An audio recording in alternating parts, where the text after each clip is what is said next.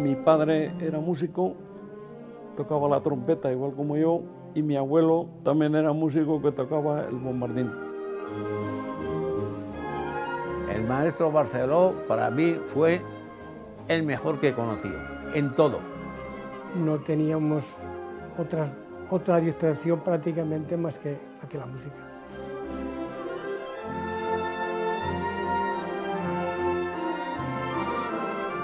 Las bandas de música en los últimos 25 años han sufrido una evolución muy especial, fundamentalmente por el hecho del desarrollo también de las escuelas de música.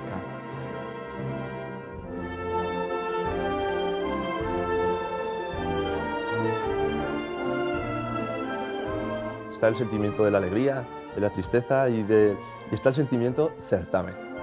La banda, pues, recuerdo que sí que tenía ganas de ir a certamen. Si hubiéramos querido ir a todos, pues hubiéramos ido. Eran muy trabajadores. La gente no se da cuenta que realmente lo bueno de ir a un certamen, a un concurso, es lo que ha crecido la sociedad musical.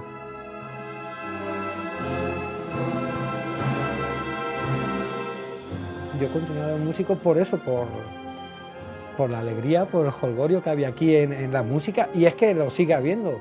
Mucho trabajo, mucho entusiasmo y mucha unión. Mucha unión. Yo recuerdo aquel tiempo con mucha emoción. Creo que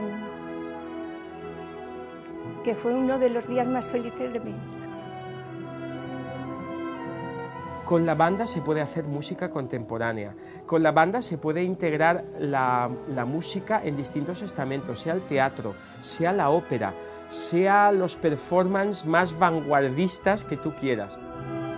En estos momentos tenemos estudios que demuestran que el movimiento asociativo es el primer agente cultural de la Comunidad Valenciana.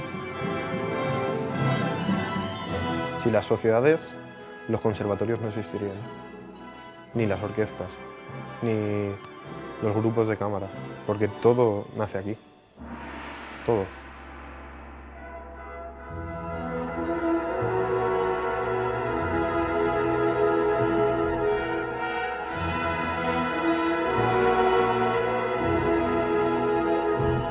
Mucho, la llevo aquí.